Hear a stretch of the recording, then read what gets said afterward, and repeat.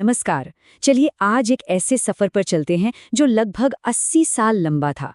ये सफर था British India का सेल्फ गवर्नेंस यानी स्वशासन की सीढ़ियां चढ़ने का। ये कहानी है कानूनों की, सुधारों की और उन तमाम छोटे बड़े बदलावों की जिन्होंने 1857 के बाद भारत की किस्मत को एक बिल्कुल नई दिशा दी और हमें पहुंचाया 1935 के उस सबसे बड़े संवैधानिक पड़ाव। तो इस सफर में हम 5 महत्वपूर्ण पड़ावों से गुजरेंगे। सबसे पहले ये देखेंगे कि आखिर ईस्ट इंडिया कंपनी का राज खत्म कैसे हुआ और सत्ता सीधे ब्रिटिश क्राउन के हाथ में कैसे आई। फिर हम समझेंगे कि कैसे पहली बार भारतीयों को कानून बनाने की प्रक्रिया में शामिल किया गया। इसके बाद बात होगी 1909 के उन सुधारों की जिन्होंने पृथक निर्वाचक मंडल की नींव रखी। फिर 1919 का वो अनोखा प्रयोग यानी द्वैध शासन, उसको जानेंगे और आखिर में 1935 के उस कानून को समझेंगे जिसने एक अखिल भारतीय संघ का खाका तैयार किया था। ये टाइमलाइन समझ लीजिए इस पूरी कहानी का एक रोड मैप है। हर तारीख एक मील का पत्थर है जो दिखाता है कि भारत का प्रशासनिक ढांचा आहिस्ता आहिस्ता ही सही पर बदल रहा था। तो चलिए कहानी की शुरुआत करते हैं साल 1858 से। अब देखिए, भारत के संवैधानिक इतिहास में जो पहला बड़ा बदलाव आया ना, वो किसी सोची समझी योजना का नतीजा नहीं था। बिल्कुल नहीं। वो तो एक जबरदस्त संकट का जवाब था। एक ऐसा संकट जिसने भारत में ब्रिटिश राज की जड़ें हिलाकर रख दी थीं। और वो संकट था 1857 का विद्रोह। इसने ईस्ट इंडिया कंपनी के शासन को ऐसी ठेस पहुंचाई कि लंदन में बैठी ब्रिटिश सरकार को एहसास हो गया कि अब एक व्यापारी कंपनी के जरिए भारत पर हुकूमत करना मुमकिन नहीं है। एक बहुत बड़े बदलाव की जरूरत थी और वो भी फौरन। तो इस नए दौर की शुरुआत हुई महारानी विक्टोरिया की इस घोषणा के साथ। इसे अक्सर ब्रिटिश भारत का मैग्ना कार्टा भी कहा जाता है। पर क्यों? जैसे इंग्लैंड के मैग्ना कार्टा ने 1215 में राजा की शक्तियों पर एक सीमा लगाई थी, वैसे ही इस घोषणा ने भारतीय प्रजा से धार्मिक स्वतंत्रता और बराबरी के व्यवहार का वादा किया। ये कंपनी राज से एक बहुत बड़ा बदलाव था। तो इस 1858 के अधिनियम का सबसे बड़ा नतीजा क्या निकला? सत्ता का केंद्रीकरण। सारी सत्ता अब लंदन चली गई। अब भारत के बारे में फैसले ब्रिटिश संसद में होने थे, जिसे भारत में वाइसरॉय को लागू करना था। मतलब कंपनी का दौर खत्म और सीधे ब्रिटिश साम्राज्य का राज शुरू। अब जब सत्ता बदली तो अंग्रेजों को एक बात समझ आई कि भारतीयों को पूरी तरह से व्यवस्था से बाहर रखकर भारत पर शासन करना बहुत मुश्किल है। और बस यहीं से शुरू हुआ कानून बनाने की प्रक्रिया में भारतीय आवाज़ों को शामिल करने का एक बहुत ही धीमा और कह सकते हैं सतर्क सिलसिला। इसी दौरान एक बहुत ही ज़रूरी प्रशासनिक सुधार हुआ, पोर्टफोलियो प्रणाली की शुरुआत।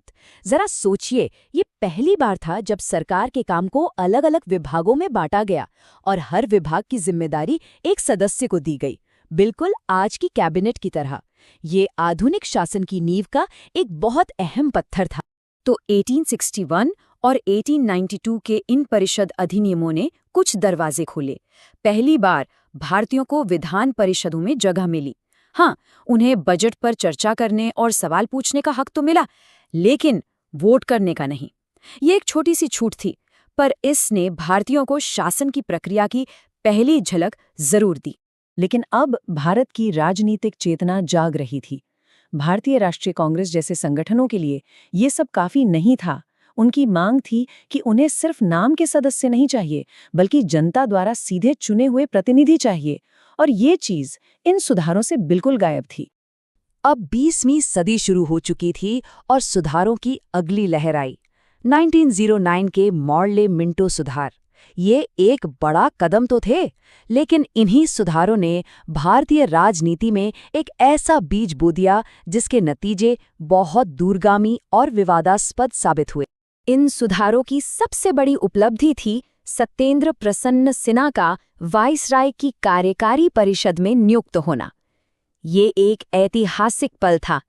सोच के देखिए, पहली बार कोई भारतीय उस कमरे में था जहां भारत पर शासन करने के सबसे बड़े फैसले लिए जाते थे। लेकिन जैसा मैंने कहा, इन्हीं सुधारों ने पृथक निर्वाचक मंडल का सिस्टम भी शुरू किया। इसका मतलब क्या था?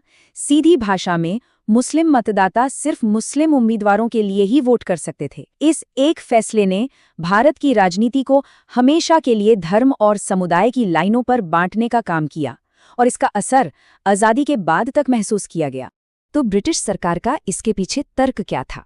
ये उद्धरण इसे साफ करता है। उनका मानना था कि भारत एक राष्ट्र नहीं, बल्कि अलग-अलग समुदायों और हितों का एक समूह है। इसलिए यहाँ क्षेत्रीय प्रतिनिधित्व के बजाय सामुदायिक प्रतिनिधित्व ही आगे बढ़ने का एकमात्र रास्ता है। फिर आया पहला विश्व युद्ध, जिसने पूरी दुनिया को बदल दिया, और इसका असर भारत में ब्रिटिश नीति पर भी पड़ा। अब ब्रिटेन पर भारत में और सार्थक सुधार लाने का दबाव था, और इसी दबाव का नतीजा थे 1919 के मॉन्टेग्यू-चेम्सफोर्ड सुधार, जो शासन का एक बिल्कुल नया प्रयोग लेकर आए। और इस प्रयोग की नींव रखी गई थी 1917 के मॉन्टेग्यू घोषणा में।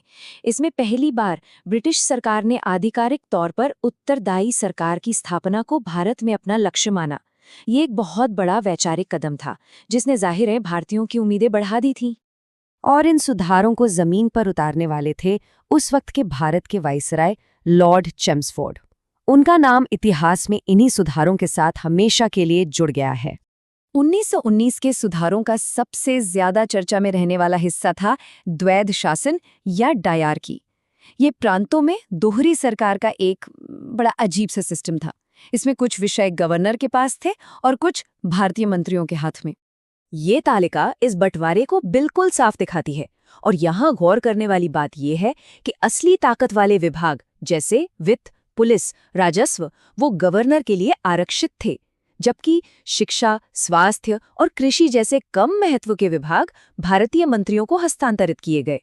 तो ये सत्ता साझा करने की एक आधी अधूरी कोशिश थी। चलिए, अब हम अपने सफर के आखिरी और शायद सबसे महत्वपूर्ण पड़ाव पर पहुंचते हैं। भारत सरकार अधिनियम 1935। ये आज़ादी से पहले का सबसे लंबा, सबसे विस्तृत कानून था। एक तरह से स्वतंत्र भारत के संविधान का ब्लूप्रिंट। ये दस्तावेज इतना व्यापक था कि जब भारत का अपना संविधान बना तो उसके कई हिस्से और उसका ढांचा सीधे इसी अधिनियम से लिया गया। ये भविष्य के भारत के लिए एक तैयारशुदा खाके जैसा था। इस अधिनियम ने 3 बड़े वादे किए। पहला, प्रांतों को पूरी स्वायत्तता। दूसरा, ब्रिटिश भारत और रियासतों को मिलाकर एक अखिल भारतीय संघ बनाना। और तीसरा, केंद्र में भी एक तरह के द्वैध शासन की व्यवस्था लाना। इसके साथ ही देश के लिए एक संघीय न्यायालय भी स्थापित किया गया। लेकिन यहाँ कहानी में एक अहम मोड़ आता है। इस अधिनियम का जो सबसे बड़ा सपना था, एक अखिल भारतीय संघ, वो कभी पूरा हो ही नहीं पाया। क्यों? क्योंकि भारत की सैकड़ों रियासतों ने इसमें शामिल होने से मना कर दिया, और ये महत्वाकांक्षी योजना बस कागजों पर ही रह गई। तो 1858 से 1935 तक का ये सफर रियायतों से, अधूरे प्रयोगों से और कई बार विभाजनकारी नीतियों से भरा हुआ था। हर कानून भारत को स्वशासन के थोड़ा करीब लाता था, लेकिन साथ ही नई चुनौतियां भी खड़ी कर देता था। अब सोचने वाली बात यह है कि इस लंबे और जटिल अनुभव ने आखिर उस संविधान की नींव कैसे रखी, जो आज 1 अरब से ज्यादा लोगों का मार्गदर्शन करता है।